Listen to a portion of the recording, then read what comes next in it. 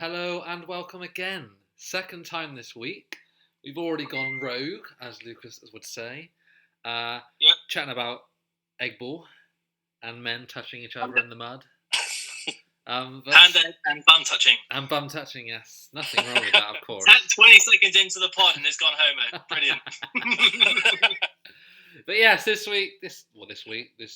pod, we're going to be talking about our own sporting history, what sports we got into, what achievements we sort of maybe didn't really have. We're going to touch on our joint memories, so our six-a-side football brief careers at university, and just see where it takes us. Really, see where the conversation flows. Welcome back to Lucas. First time since like week 2, I think, when we tried to talk about fantasy, but Chug didn't record and his laptop crashed. So we ended up. Pleasure to be here, mate. Pleasure to be here. And Jamie's back for a second week in a row. Always here as the stand-in in case Chug doesn't want to be here. Yes, the old We're, like we said on the rugby pod, it's Chug's time. It's Chug's world. Sorry, we're just living in it. So who would like to kick us off talking about their sporting history, their illustrious career in sport?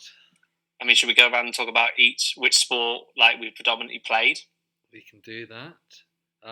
So my sport is rugby. You probably guessed that from the huge podcast earlier on in the week. I've dabbled in a bit of football and a bit of basketball, but it's always rugby and it always will be rugby. Who's next? I was mainly pole vault as a kid.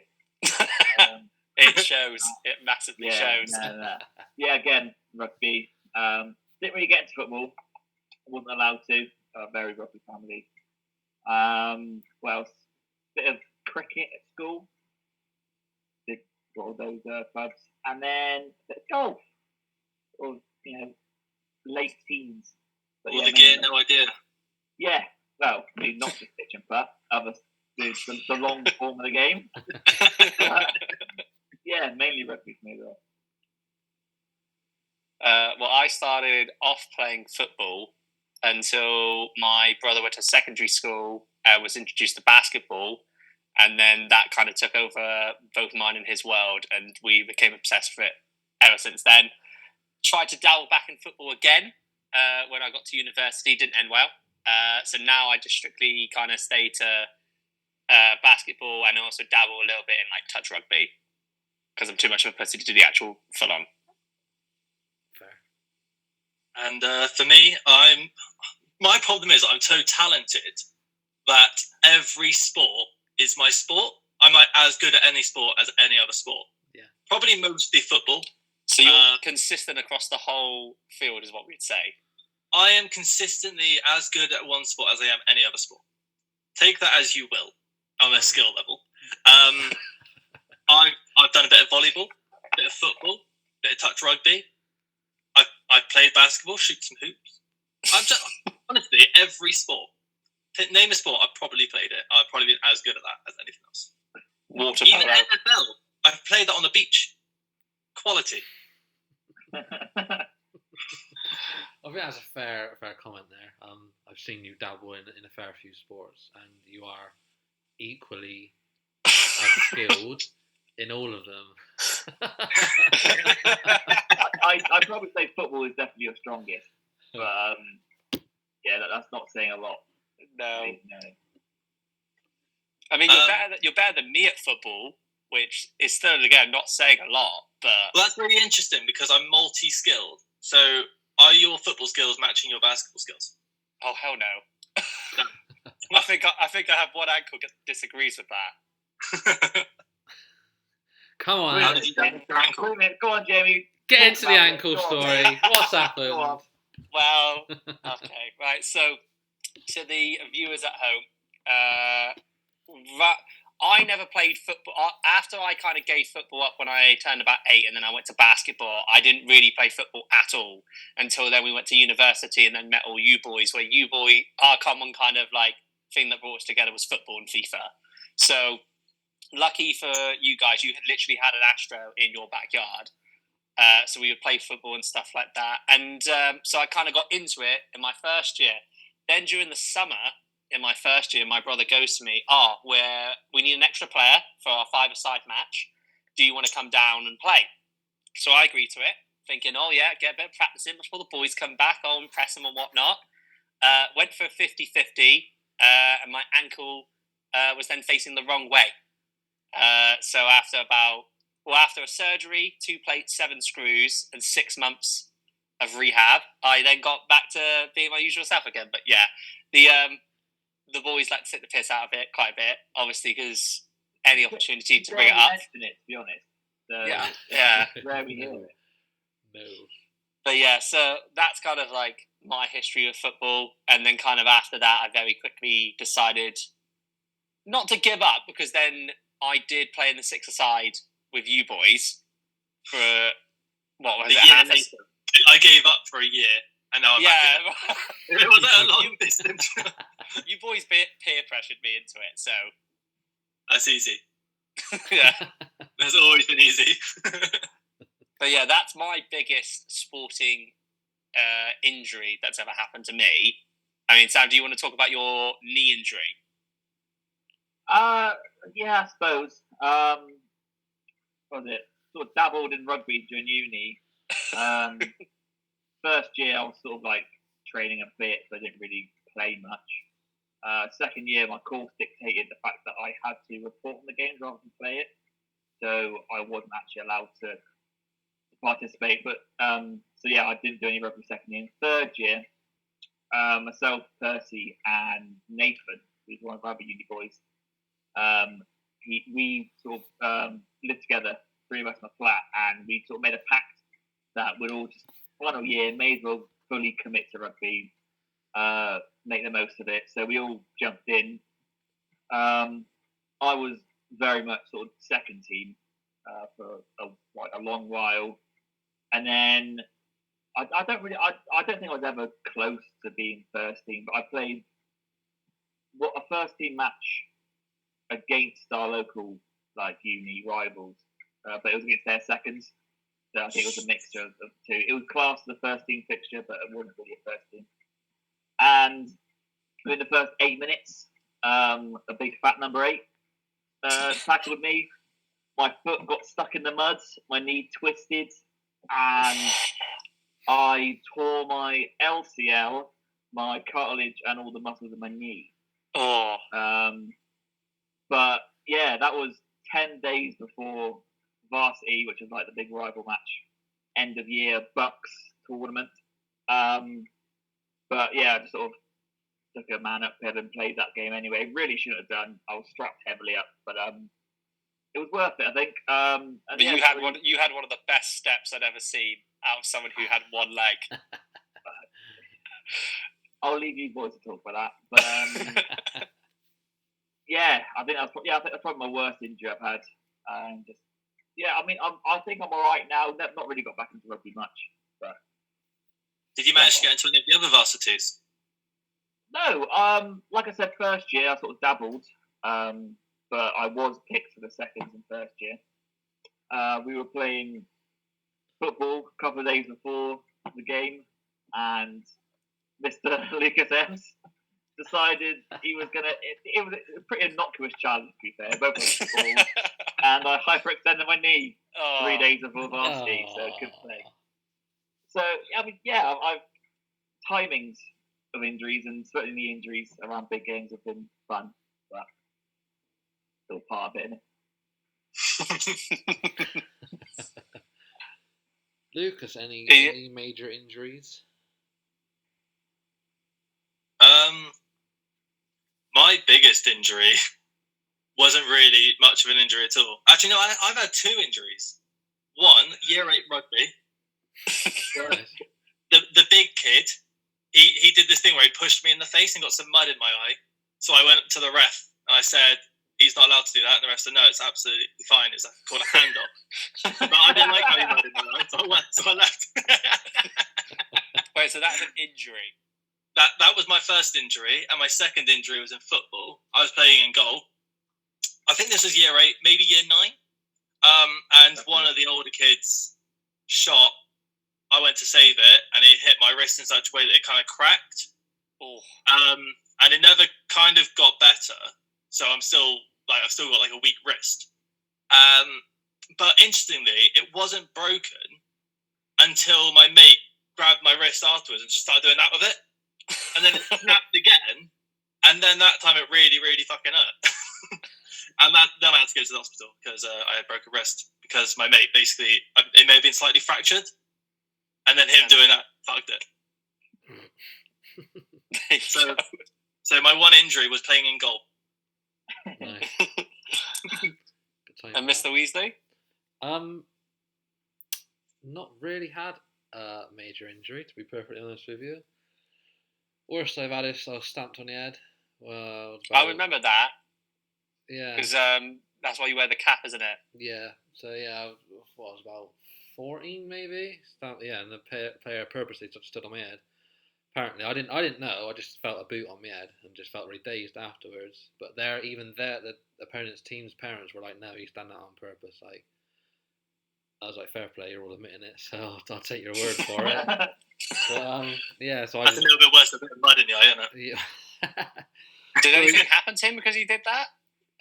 Yeah, he got sent off, and he didn't. I don't think his club let him play for the rest of the season.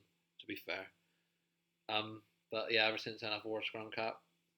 Although I don't actually wear one anymore because it's just uncomfortable. I don't get involved. I don't get involved enough when I play to risk my head. I sort of stay on the wing and just wait for the ball. So you basically touch rugby. Yeah, I play touch rugby, but in full contact version. Yeah. Yeah. So that was a nice avenue there for planning on talking about injuries, but that was nice. So I guess what made us get into the sport we did event in the end? Obviously, Jamie, you said you started with football and then into basketball. What made you go into basketball then instead of football? It wasn't. I wouldn't say there was like one thing. It was more just kind of like my brother. He did it in year 7, and my parents kind of pushed him to do a sport because he just joined a secondary school, and the like 1 or 2 friends that he had made were going to the basketball club, so they were kind of pushing him to go along. And then obviously, like typical younger brother, your brother goes, so you've got to go along as well. And then I'd sit there and watch, and then that just made me want to try it. And for whatever reason, I just seemed to pick it up a little bit more naturally than maybe what I did in football and stuff like that. I mean, in football, I was either a defender or I was in goal. There wasn't much more else to it. And then basketball just kind of like, because I didn't have any, in year 5, that no one else played basketball. No one had ever like played it before. So I always had to play against the older kids. So when I got to year 7, and I was actually playing people who are the same age as me, I've already got 2 years of experience, and I've had to like deal with older children. So I think from then, it just kind of my basketball career. I wouldn't say career, but my basketball kind of journey just went from there. Nice. No, I like that. How far did it take you to basketball? I represented the UK. I went to Paris and played in the second team against select people from France. We were told that we were scouted, that there were scouts there. I didn't see any scouts, but I'm going to claim I was scouted. So that's my claim to fame. Did anyone come up to you after the game and say, Lucas, I said I didn't see anyone. How do you claim you were scouted? Just, Lucas, give it to me, okay? Let me have this one. Sam, why rugby? My family have all been rugby, really. My dad and my uncle played for our local team when they were kids and all over throughout our hood. And then when my dad had a boy, he knew instantly I would be playing rugby.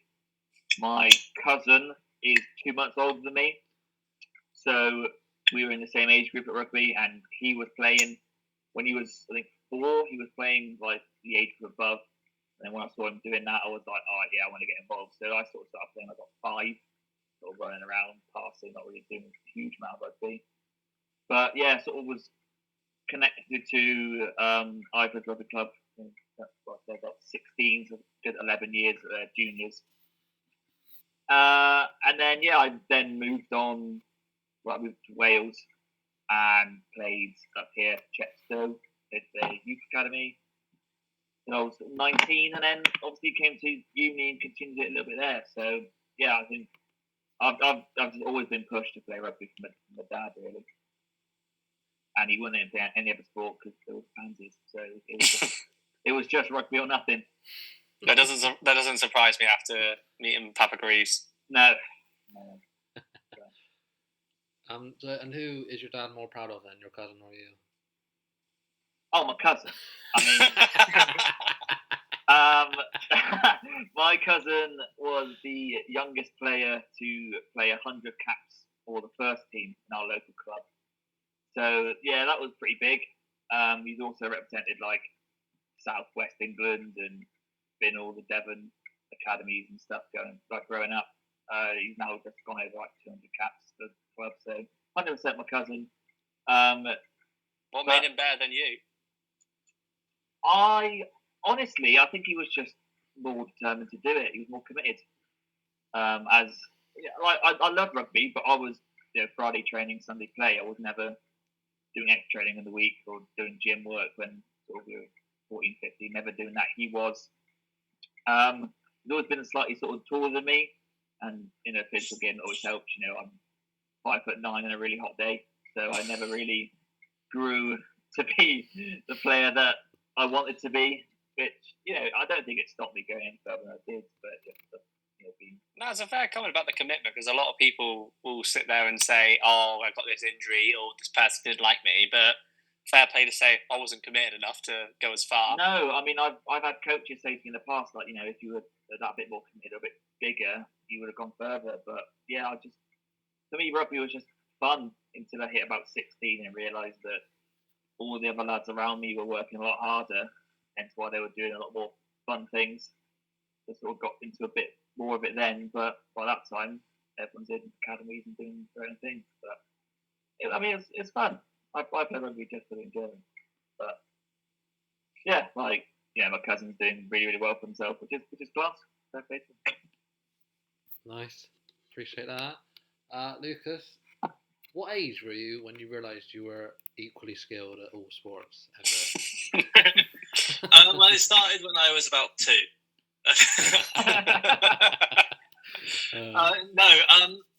To be fair, I never really did much sport. I only did like PE in school, and I was always doing like the cross countries and the sprints and stuff like that. So a lot of the athletics and like sports days, I was always one of the fastest in all the races. I was never the fastest, but I was always up there. And I've always been really competitive as well. Competitive with myself and other people, so it was good to be in some of the competitive sports where I could basically run, and whenever I was running in like footy, a stray ball would go, I'd chase the ball down and no one else would be there, and I was like, well actually I've clearly got something here, I'm determined for it, I want to get to that, I'll get there, and then I'll just kick the ball off the pitch because I can't bloody kick a ball. But then whilst I was like around like 15, 16, I played loads down like the local park. And there's quite a lot of us. We'd met up like every day after school, and just had a kick about. That's where I started like playing a lot of Pana, like just learning like little skills and little keepy uppies, things like that. And it was decent, and then I kind of incorporated that in with the fact that I'm determined and I just love to run. So when I went to college, I joined a Sunday league team. So I would have been around like 18, 19 at this point. I joined a Sunday league team, got on really well with the lads. I enjoyed the training, enjoyed playing every week. I scored on my debut, which was awesome. Scored quite a few more goals. And at one point, and Sam will like this, I made a really sick pass to set up a goal for Bath City in a trial game, but it doesn't matter. Bath City said it, and therefore that's going to live with me forever. So I made this one through ball, and honestly, they actually called me Ozil. Aren't you also best mates with Tyrone Mings? Yeah, I was better than Tyrone Mings in primary school. I was faster than him. Because speed was everything back in like year 5, year 6. I was faster than him. He wasn't really that good, to be honest. he didn't really make the first team back then. It was in secondary school. He got like a growth spurt. And he went to secondary school with Soph. He got a growth spurt and was like studying like German and PE, and that's all he did. His dad was the coach for Chippenham Town FC, where he started, and they went to Ipswich afterwards. And I followed it all. It's really interesting. He's done really, really well for himself. So yeah, that's my little claim to fame. Have you guys all know famous people from your sports, though, don't you? I certainly do. Yeah. Someone else go first. Then you have a quick think. Do I? Yeah. So I might as well talk about my history as well, and then I'll come on to that. So my family are predominantly football. My granddad played and then coached my dad's Sunday league team. So obviously my dad played, but my dad was never forceful towards me in what I should do in life. I never really had a natural ability for football. I don't think I was ever going to do football. I like playing it for fun, like Lucas down the park and all of that, but I never had the intelligence to play a proper 11-a-side game. I'd rather just play Wembley and stuff like that because it's just easy and fun. And then my best mate, when I was 10 years old, was like, come along with me to the rugby club, Old Reds. And I've literally never looked back since. I've been there since I was 10 years old. So that's, 15 years now. A true one club man. Call me Chris Robshaw. But yeah, growing up, so from when I started, 10 years old, until 16, when we didn't have enough players to make a Colts team, so I didn't really play for a couple of years until I went to uni. But I did play with Ellis Genge for that whole time, who is now a pretty famous rugby player, England international, Leicester, Bristol, and that is my massive claim to fame. I wish I'd made friends with him more whilst I was playing with him, so that I could get some free tickets or something. But I've seen him play since. Me and Sam went to see him play for England under-20s down in Plymouth when he played Italy, and I did talk to him, so he knows me. But yeah, not well enough to get in with the crew. I can vouch for that. He did come over and say hello. He did, and because he was a number 8 when I was playing with him, and then he just put on so much size and became a prop, but like a modern prop, not a fat prop. So yeah, that's my claim to fame. That's my sort of brief history. 15 years, the same club. A little break whilst I played at uni, but apart from that, that's me. Sam, do you want to mention your famous person you know? Yeah, well, the club I played for, Ivybridge, this community college, a school up there, has like a really sort of renowned rugby academy. So a lot of like players from around the country come down and just to go to the school. I never went to that school, but it wasn't good there. But quite a few of the players that went through there were like the Armitage brothers, so Dylan and Stefan Armitage. They came to that school. Ben Spencer. So quite a few sort of like fully fledged internationals came to that school. But I think the main one is at Ivybridge. My older brother, he played 2 years above me. In his age group, they had Henry Slade playing for him. And he played there since he was a kid as well. His brother Seb was in my age group, so I was pretty friendly with their family. Their dad was my coach for about 8 years. But yeah, it's just good because, I mean, whenever Henry's playing or whatever, the club as a general just sort of come together and really support him, I'm sure. Same with Old Reds and Genji. So yeah, like, it's good watching like England and sort of knowing someone there. One of our made it. Yeah, I'd never say that like I was friends with Henry at all, but my brother certainly is. An interesting fact: when they were doing the promo video for the World Cup last year, they had sort of like pictures of the players and then quotes from like family and friends. And one of the quotes for Henry was by my brother and a couple of his mates. Sat in the pub 2 days before England's first World Cup match. So the person doing the promo walked to the pub and said, "Does anyone know Henry Slade?" My brother and his mate stuck down and actually we played with him, had a little interview, and then one of their quotes made it into the official program. So, Nice. yeah, that's So yeah, sort of. Wasn't there something about coming to a birthday party or something? Oh yeah, he did go to my 10th birthday party.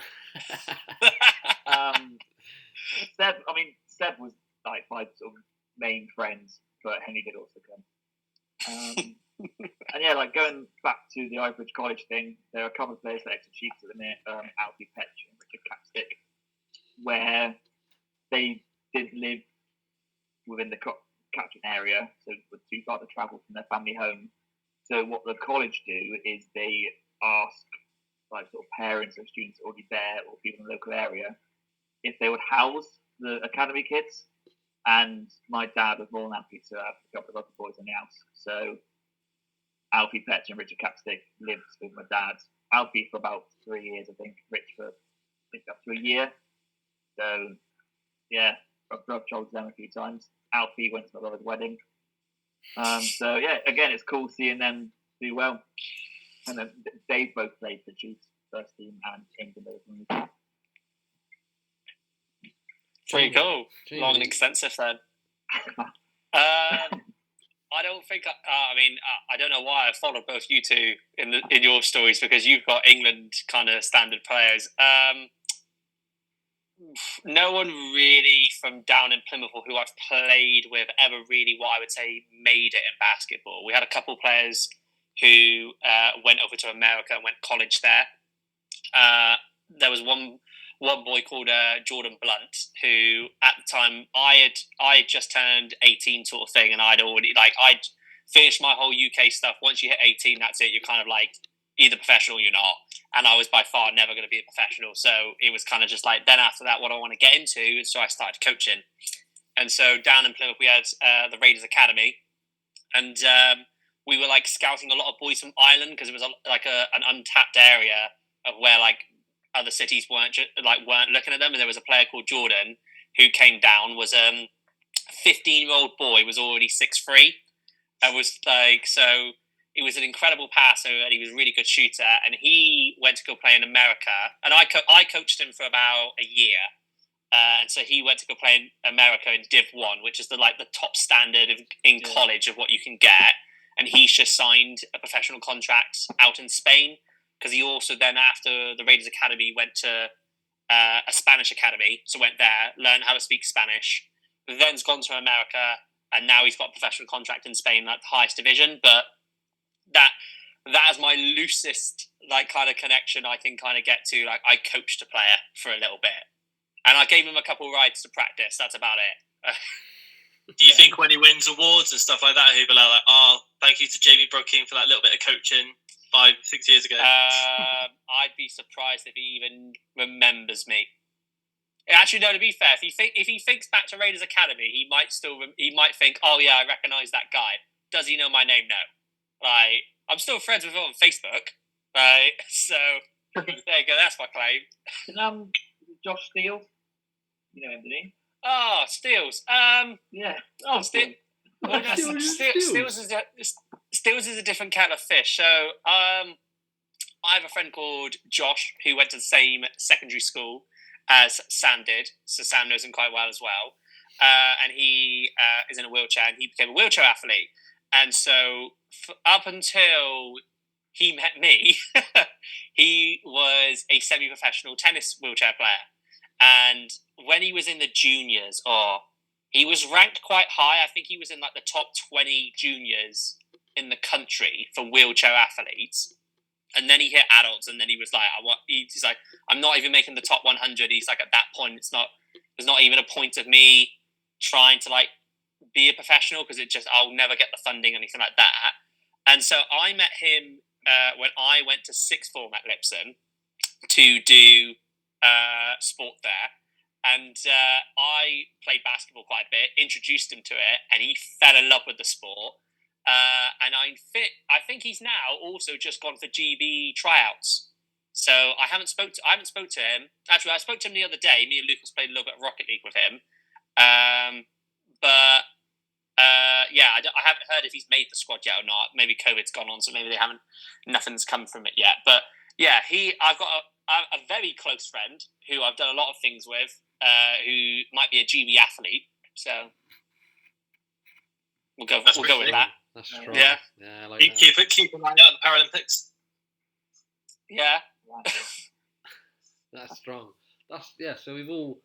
That's good that we've all got some sort of connection there. I quite like that. That's because I think the best one's probably Nathan. To be fair, I mean, going to school with Maro Toje is pretty cool. Yeah, that's fairly. Yeah, I mean, I think you've probably got the closest connection to someone, Percy, as he actually knows who you are. Yeah. But yeah, if you're looking at sort of superstardom, yeah, I'd agree that. Yeah. So talking of Nathan and knowing one of the most famous rugby players in the world, what are our own sporting achievements?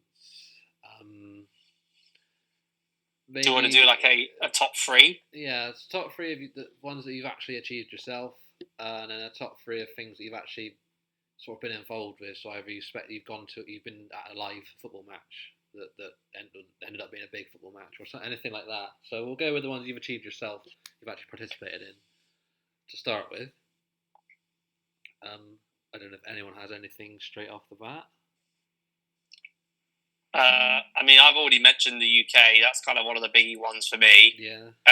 Just even making the side, because there was 4 regions. There was a north, east, south, and west. And funny enough, we weren't the south team. We were the west team, because apparently that works more badly. But yeah, I remember turning up to like the tryouts, and there was like about 40 players, and it was literally like you got one shot. We're doing one big session. You're playing a couple games against each other, and that's it. We're picking from that. And before I'd even gone, we had 14 players down in the west region, and they could only take 12. And so 2 players were going to have to get cut no matter what. And I remember the coach coming to me and one of the other kids called Dermot, who I was quite good friends with at the time. And he basically was just like, look, you 2 are the ones that I'm most likely going to cut, unless you start like picking it up a little bit and you guys like pull out of the bag sort of thing. And for whatever reasons, 2 kids couldn't go, whether they were ill or whether they had family things on, stuff like that. So we made the squad anyway. And funny enough, out of the 12 players that went, 3 of us got picked. It was me, Dermot, and another boy called Tristan. So it was kind of like a middle finger to the coach, being like, oh, you 2 are the ones who are going to get cut, but we were the ones who actually got picked for the UK squad. So that was quite a big moment for me. Other one I would most likely say is like my under 16. Well, when I was playing up a year, so I was 14 playing in the under 16s team, and we made it all the way to like the version of like the FA Cup final in like under 16s, where we played every kind of side in the whole entire country, and like for a Plymouth team to do that was unheard of. And then we played Manchester, who we lost very badly by. We lost by 80 in the final, but we played. So okay, let me list. This is biggest sporting achievements. Remember, so sorry. their smallest player was 6'2", bearing in mind 15 and 16-year-olds, right? Smallest player 6'2". Their tallest player 7'1". They had 2 players who were 6'8", and the majority of the rest of their team is 6'4", 6'5", right? Who our tallest player was 6'2". So you can imagine how that game. It was basically men v boys, right? It was, but the fact that we even got there for me was like a big achievement. And like being like I was the youngest on the team. I was the youngest player on the court when that final happened, and I was never like, well, I was never physically able to keep up with them. But like I always put in the most work.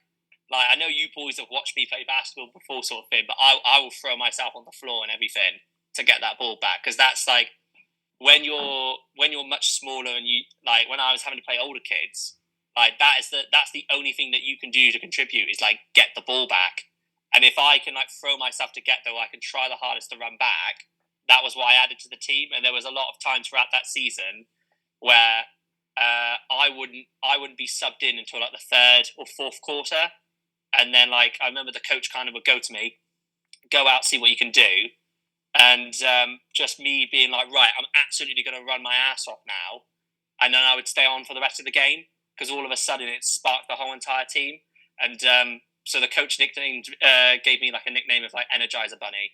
Like would come on and just like absolutely like shove energy into the game. So those two, I'd say, are most likely my biggest achievement I'd be happy with in basketball. Nice. Anyone else? I think, like, with rugby, it's such a sort of a team game that most of my sort of achievements come around the whole team sort of ethos thing. We, as a club, as Ivybridge, were always known as like, one of the best teams in the county, or slash southwest. But like, there was always the Devonport, who was, funny enough, our closest team. They were always that much better. But again, with Jamie, they were always that much bigger, that much fitter, that much faster. Where they were like the target, and they won like every cup, every league, all the way up until our final season together in under 16s. And we always sort of like got to semi-finals, finals. But the final for the under 16 Devon Cup was at Ivy Bridge. So we had massive sort of like home support. I think there was about 1,000 people there watching us, which, you know, for that's big for Ivy Bridge. It's huge, right? It was unbelievable. And yeah, we were against Devonport, and we managed to nick it by 4 points.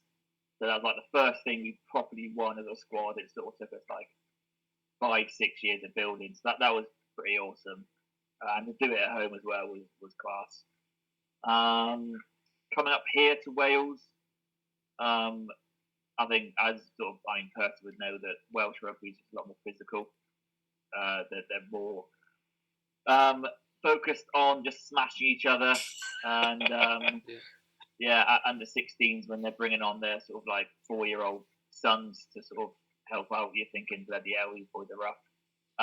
So coming up here, and I managed to get a county trial my first year up here. That was pretty good. But I think other than that, I mean, yeah, it's just sort of mainly being part of the team, succeeding. And there's one thing that, like, I think we'll talk about later with the uni rugby, which both me and Percy were involved in. It wasn't quite a success, but I think on reflection, it was pretty good, to be fair. I'll let Percy get involved in that. We'll talk about it for half a minute. Okay. No, I'm joking. That was a good day. We will come on to that. But it's hard in rugby to pit. Well, in all our sports, to be fair, because they are team sports. But personally, for me, it's been my biggest achievement is South Africa. At sixth form, we raised a load of money to have a rugby tour to South Africa, which still to this day is the best experience I've ever had, and I thoroughly recommend going to that country. Even if you don't like rugby, it's an insane country either way. But I was actually picked as captain, which is probably my proudest moment of my sporting career, and in fact my life probably, to be fair. But yeah, because quite often in especially in kids, teenagers sport, the captain is like the best player or the biggest player or the fastest. And he's usually the captain. But I was picked purely because of my commitment to the training and commitment to the raising the funds. I was at every bag pack. I was at every training session. Wasn't the fittest, wasn't the fastest, wasn't the best, wasn't the strongest, but I was there. And for the PE teachers to actually recognise that was quite nice. And then pick me as captain. So yeah, obviously I employed the best player as my co-captain so that he could do the motivational speeches because I was fucking shy. I was shy as fuck. But to be actually named as captain was quite a special moment, and that whole trip was incredible. We lost every fucking game because South Africa just they eat shit, breathe rugby over there, and it's a little fucking school from Bristol is not going to go and beat any South African teams anytime soon. But it was an extremely good experience, and they were humble. We got to stay with the teams afterwards as well. We all paired up and stayed with the players, which was quite a cool experience rather than staying at a hotel. Just something different. And then the first place I stayed at, we had a barbecue, and my days, I've never seen so much meat in my life. I like food. I love a barbecue, but that was the next level. It wasn't just your classic British burgers and sausages. It was fucking the massive sausages that coil round. Fucking. But it's like a religion out there, isn't it? It massively is. You had steaks, you had burgers that were bigger than your head, you had fucking chicken, like whole chickens just being fucking barbecued. Oh, it was insane. That's my top achievement. Second, I suppose, to involve my good mate Ellis Genge. So we I think it was under 12s, got to the final of the Combination Cup. It was a horrendous day. We played Cotton Park. I don't know why it wasn't a neutral ground, but horrendous day. We were 12-0 down at half time. It was pissing down. It was hailing. It was muddy. We couldn't see anything. Couldn't do anything. Miserable. And then I got handed off in the face, a bit like Lucas did back in the day. Oh, what, isn't it? I got handed off in the face, and originally we thought that at our age level, handoffs to the face weren't allowed. It had to be chest or lower. So obviously I got done to the face. All the parents went mental, as parents do, and the ref was like, no, handoffs to the face are fine. The rules changed like a couple of weeks ago or something. And honestly, Ellis's fucking eyes lit right up. He was like, fucking, here we go then, handoffs to the face. So yeah, he just went absolutely mental in that second half. I actually assisted him for the first try, because the ball got kicked out into touch, and I took a quick penalty into him, and he just burst through about 3 people and scored. And then he scored the second try, and we won 14-12. So that's my second achievement. Combination Cup winners, and something like, when would it, I can't remember when it would have been. 2007 maybe. Yeah. Third achievement, I suppose. Yeah, like Sam was alluding to, it would be playing for varsity, for university, because for all sports, Bucks is good, and it's fun travelling to Southampton and to Bath to play these teams. But there's nothing like a fucking inner city rivalry in any sport, any team sport. So yeah, to play the scum that is Plym Uni was a good fun time, and then to go and watch the first team play pissed up afterwards is also a good experience. Yeah, it's huge. I think like the fact that the twos, right, is always been just a bit of a social up at Marjon. Barely have enough people to fill one, so to fill two teams was just a bit of a laugh, really. But this year, for the year that we were talking about, we genuinely went into that game thinking we had a shot. Because I think, we had 3,000 students at the time at Marjon. Compared to Uni, we did. We had about 3,000 then. Compared to Uni's, 15? I think so. How much are Uni? No, they have 30,000. They have 10 times the amount. There we are. So, I mean, like, the odds were, in an American movie, the odds are against us. Everyone loves a Cinderella story. They do, and this is probably the first time, that I know about, that the Seconds genuinely have a 23 of actual rugby players. So we went in there.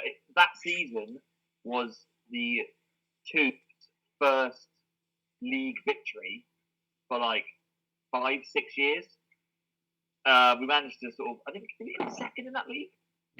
We'd already beat the Plym Twos as well, because I got man of the match in that. Yeah, so we beaten them. Yeah, we did actually. What was it 13-11 or something that year? Yeah. So I made a 5-minute cameo. So yeah, we were going into that game with such confidence, and there was. Well, I mean, Jamie, you're in the crowd. How many people would you say are in the crowd for the Twos game? Oh God. We're talking hundreds, getting it closer to 1,000 than we are talking like stuff like that. I don't know what number you'd put in it, but it was like a very like high anticipated kind of game. Yeah, Like, everyone was up for it. The 2 years prior to that, I watched them both. I wasn't part of it, but there was maybe 50 to 100 people there. Yeah, it was very most. If your mates came, sort of, it was like that. Exactly, but this year, because of how well we've done as a team and how sort of close and competitive the game was going to be, there was 4 or 5 times as many people there, so that was pretty huge. And yeah, just the whole game was awesome. Like, everyone put a shift in. Percy was, I don't know what coach is thinking, taking off half time, mate.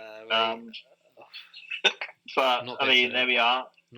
We were, I think we lost by 8 points in the end, but normally when varsity games, 2s versus 2s in uni. I do believe it was Nathan who missed the tackle, which then led to the scoring try at the end. Let him explain that. Because it's unjust for us to slate him. He had only been on the pitch for like 5 minutes, to be fair. Yeah, but we told him a month before not to do what he did. But that's absolutely fine. We'll move on. Not bitter. Not talk about that. Still. And yeah, to be sort of that close and be that competitive, it was really good for the boys. Like, I was proud to be part of that team, even though we ended up losing. It was a proud moment for me. So yeah, like, I think in terms of achievement, like, it's not sort of top 3, but like, proudest moment on a pitch, I'd probably say it's up there. Yeah, it was good times. So we come on to the most intriguing of the group. Lucas Ems, your sporting achievements. So I've been racking my brain this entire time. And the only one I've got is in tag rugby, year 6. I wasn't meant to be on the team, but I was like the only person who really turned up. And basically, they put me on, like, okay, Lucas, all you've got to do is run across that line. I didn't know the rules. I was just like, I basically saw it as a game of tag where I'm holding a ball, I've got somewhere to go. So I never passed the ball. Literally, that was it. I was just running, and I was running fast, and I was quite agile, so I was good at dodging people, so I was good at tag. And basically, I just surprised my whole team, because we won the first 3 games, and I scored like 12 tries. Because no one could catch me. And they were all like, oh, this is good. And then we got to, like, I want to say it's the quarters or a knockout. It was some sort of knockout game anyway. And it was all in like one day with like 10-minute games. Like, it wasn't like huge. But we got to a knockout game, and it was the first time I really had like passed the ball. Yeah, we lost that one. That's literally the only actual achievement, because I never really played any proper competitive sports. Like, I played Sunday League, and can't really class anything there as an achievement. We lost 13-1 in my second game. Right, so but we won the first game like 8-0. So, you know. But, I don't really have many, unfortunately. That's fair. Alright, so moving on from that, what would be the best spectator sport moment you've witnessed? Whether you'd be watching the game live or on TV, what would you say is the most? I've got one instantly in my head. Oh, okay, I've got 2. So do you want to go first then? Yeah, go on. I've got Yeovil Town getting promoted to the Championship. Nice. I was at that game. I've never been to a cup game before. That was quality. They beat Brentford 2-1 after scoring 2 early goals. That was quality. And my other one was actually varsity in first year with the I've got 2 actually. I've got the rugby, because I just remember at the end of the 2s game there was a massive scrap, and I just remember picking some guy in the end.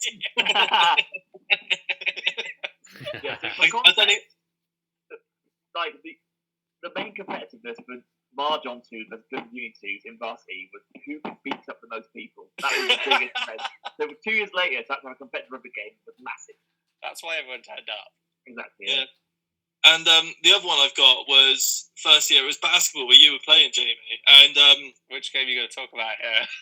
It was varsity. Oh, I don't want to talk about the first Bucks. No, it was. I'm But still the very thing salty. is, it was a really good game, and it's the first time that I'd seen you like that passionate about a sport, and I had no idea. And I remember shouting at one of their players about the fact that he wasn't wearing the right socks. That was my harassment to the other team. That was the support.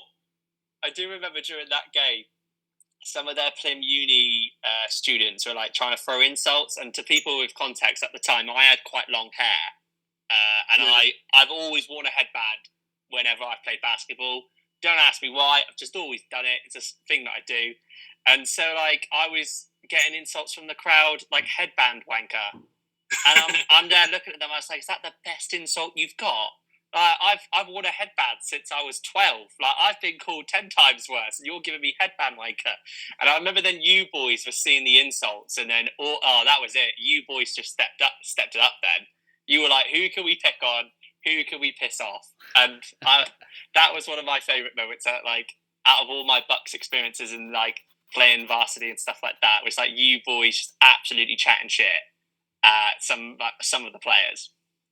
Going on from insults, I remember in the Wands rugby that year, there was a player for Plim Uni, the left winger, and everyone at Marjon basically unanimously just started shouting, "You're a shit Danny Welbeck." I was really, like, no one really started it. It was just all together. That was quality. I would say most likely the best atmosphere game I'll class it as that I ever went to was about. Yeah. I'm going to talk professional sport. I'm going to separate the university from this discussion. Was most likely about 6 years ago. Was Portsmouth versus Plymouth in the semi-finals of the league of the playoffs to kind of go to Wembley to go up to League One, and it was a very cold night. It was under the floodlights. We'd gone the whole entire game, and I'd gone with my brother's mate, who I really didn't know much at the time, but I just kind of went because at the time I was like, oh, it's the Dockyard Derby, like it's like the semi-final sort of thing. I'll go. And we went the whole entire game, and we scored. Plymouth scored in the 92nd minute.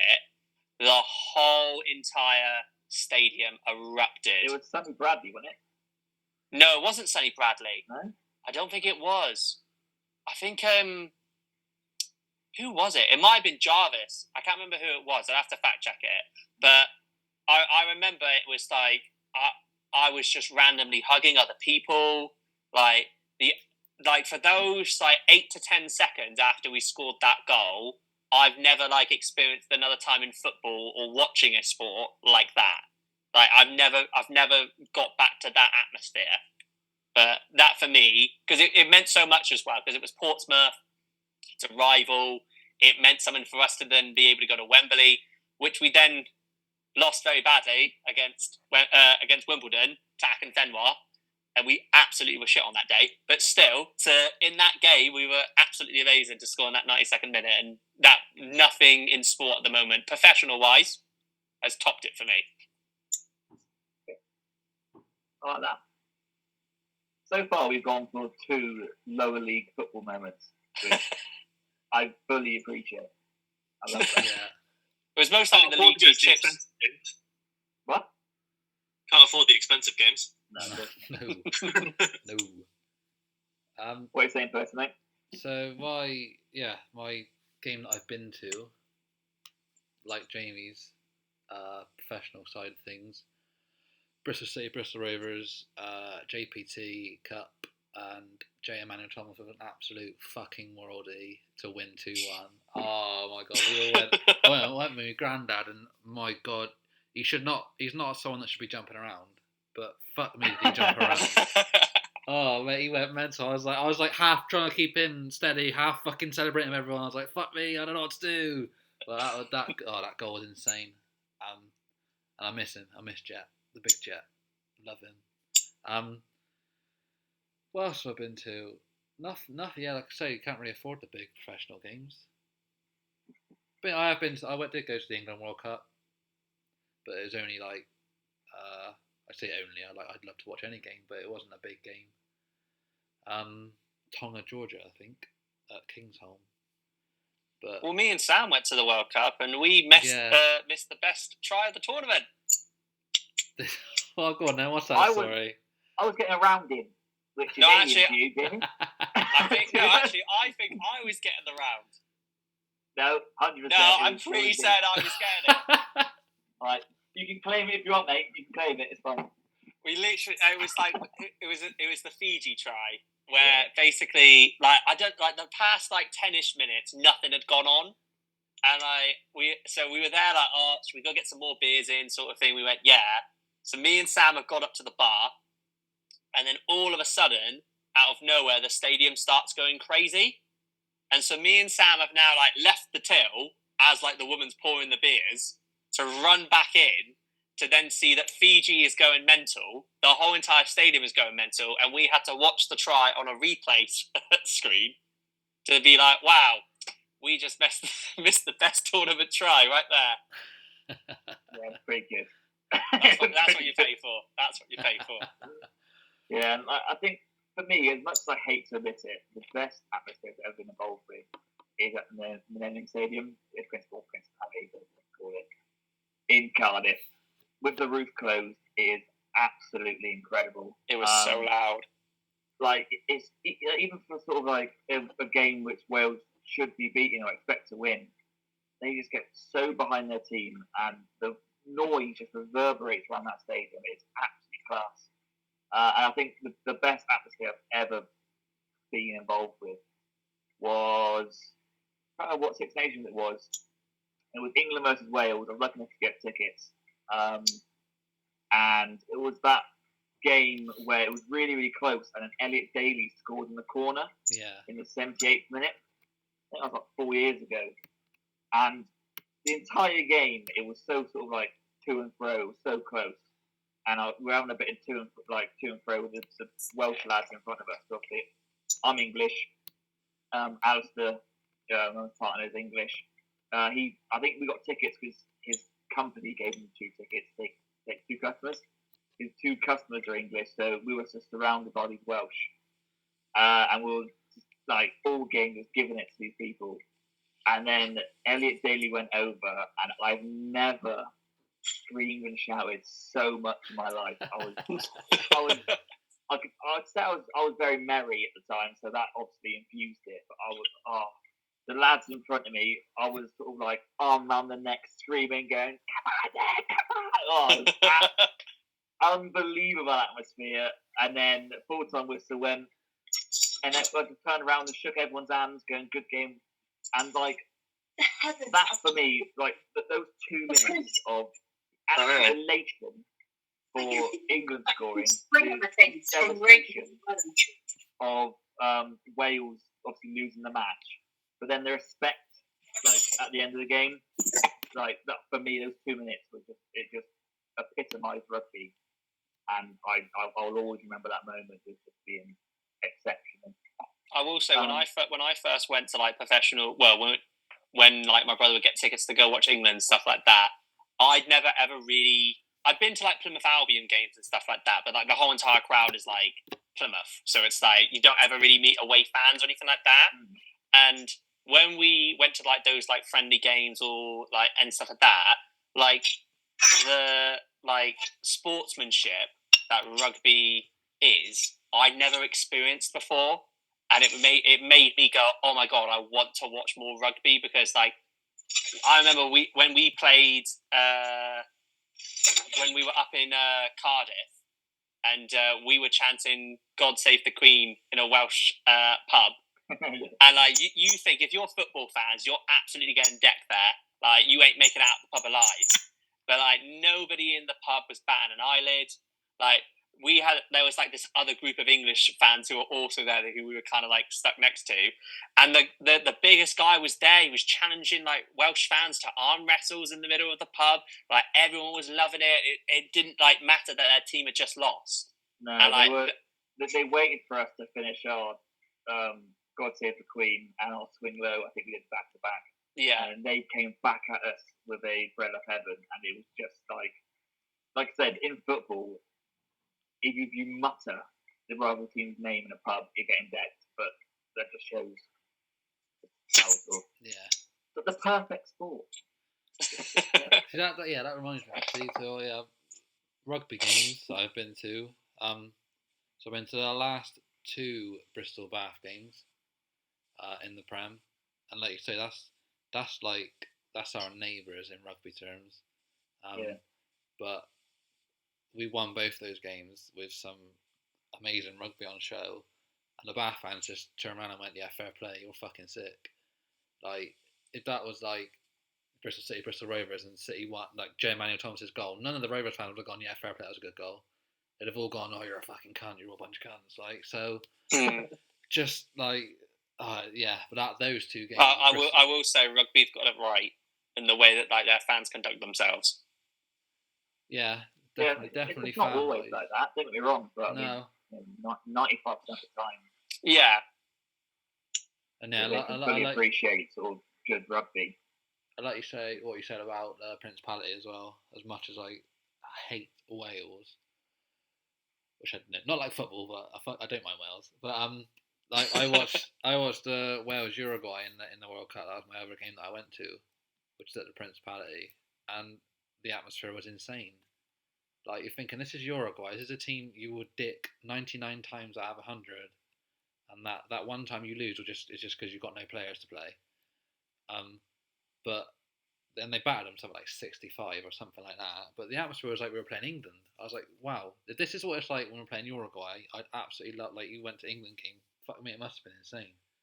They had the national anthem on for about, I think it was like 4 or 5 seconds, Sam, wasn't it? And then they just turned it off.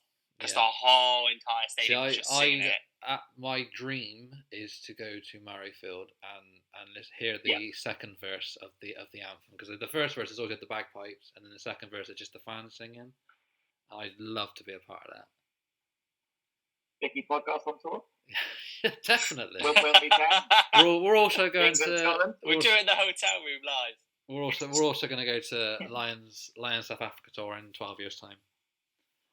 I'm up for it. Can't go next year, but 12 years' time. 12 we're going.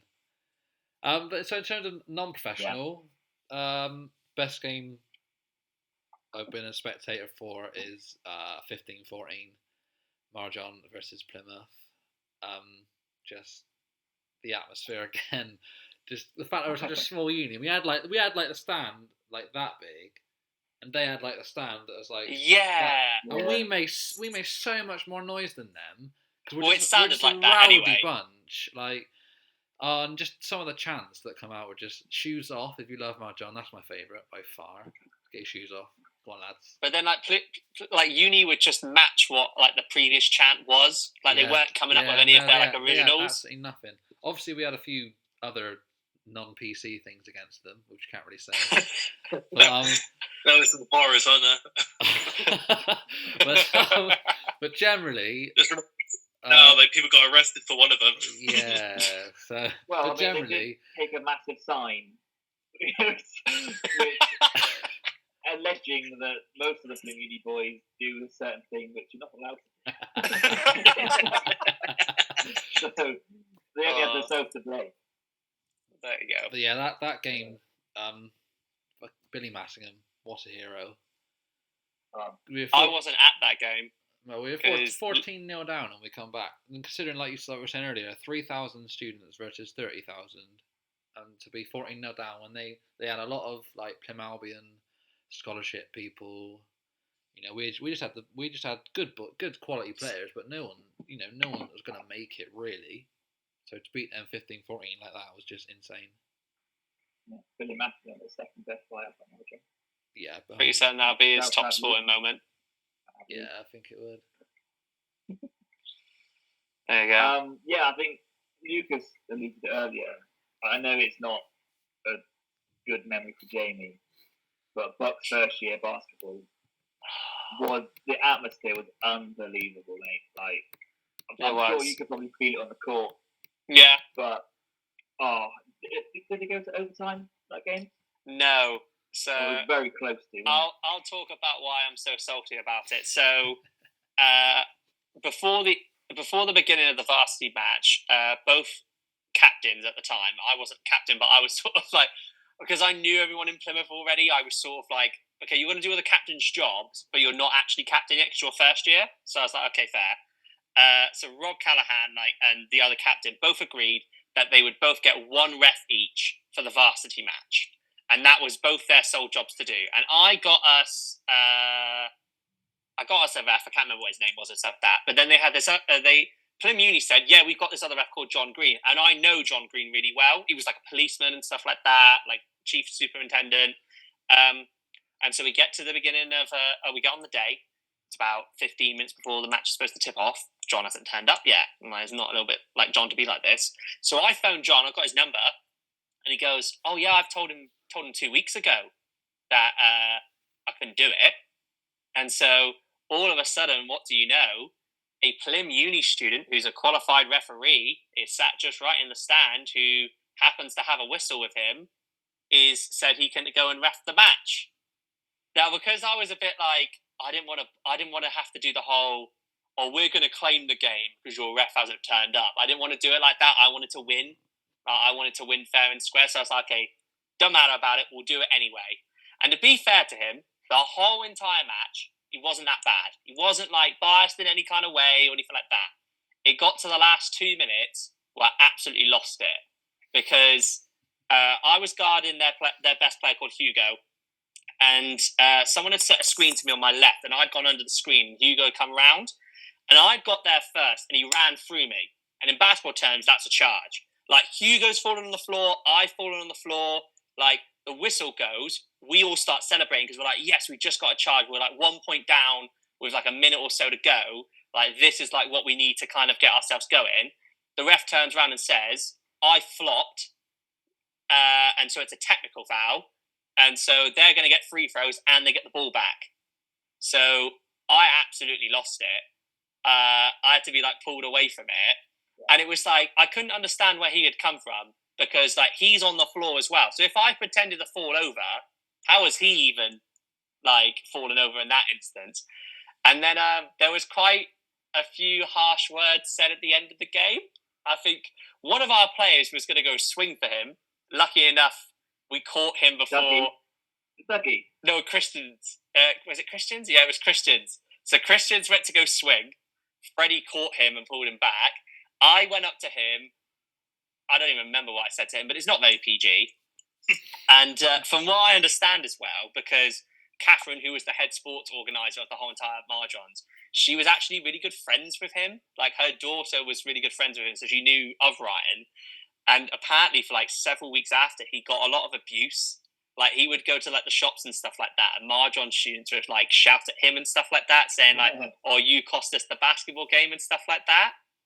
And so it was originally agreed that if the way it worked, if Marjons and Uni had won the same amount of games, the basketball game was going to be replayed at the pavilions. Yeah. And then obviously, for me, that would be a dream. Like, to be playing at the Plymouth Pavilions where the Plymouth Raiders play, to have an absolute standful of uni students just going at it to try and like win. And I thought we could win that game. Like, although we were 1 point down with like a minute a bit to go, I thought we've got the momentum now to go down and score. That would have been my dream. Unfortunately, the football first fucked it up on penalties. So therefore we ended up losing by 2 wins and not like 1 win. So therefore we never replayed the game. But yeah, so then I'm a little bit salty because of that. It kind of like, and after that, then the Raiders Academy were then associated with Plym Uni, and then like all the players came in, and it was just like there was never ever a chance that we were ever going to win any other varsity game after that. Like, that was my one shot to win a varsity game. So I'm kind of still a little bit salty that it got taken away from me. I very much enjoyed it. I know, you boys all loved it. Yeah. Like, you boys all loved it. You came up to me after the end of the game. It's like, mate, that was such a good game to watch. I wasn't in the mood. I wasn't too happy. No, I remember you swearing at the ref quite a lot, throwing your headband down and having to be dragged away. It was. I don't remember that. I don't remember throwing my headband on the floor. Yeah, you would. Yeah, that didn't happen. Right, I'm very wary that time is getting on. And I don't want to Yeah. make it too long because Lucas won't watch it Yeah. otherwise. But just to end, then, just a quick thought. If you were to redo your life, which other sport would you choose? Oh, I really enjoy badminton, and that's a weird little shout, but I really do enjoy it. I did it for my A-level PE as like my second sport. And yeah, I think if I could do it all again, obviously rugby wasn't there, then I'd probably commit to badminton again. Like that. I like I that think different. if I had to choose just off the sports that I've played, and I never played basketball, I really enjoyed playing ping pong when I went to sixth form, and ever since then I've like always loved playing it after. So I think if I had to play a sport, I'd most likely play table tennis. Would be my pick. Nice. For me, I'd go volleyball. That's a good I don't sport. really know why. I just always enjoyed it. I've only really played beach volleyball before, just like 2-on-2. But the idea of like diving around sports or knocking the ball up, like proper team sport, proper like intricate, and the amount of skill that it takes, I would love to be good at volleyball. Love it. Rate that. I like that. I like Percy? volleyball. Genuinely, I would have gone basketball. I did enjoy it. It was one of my sports.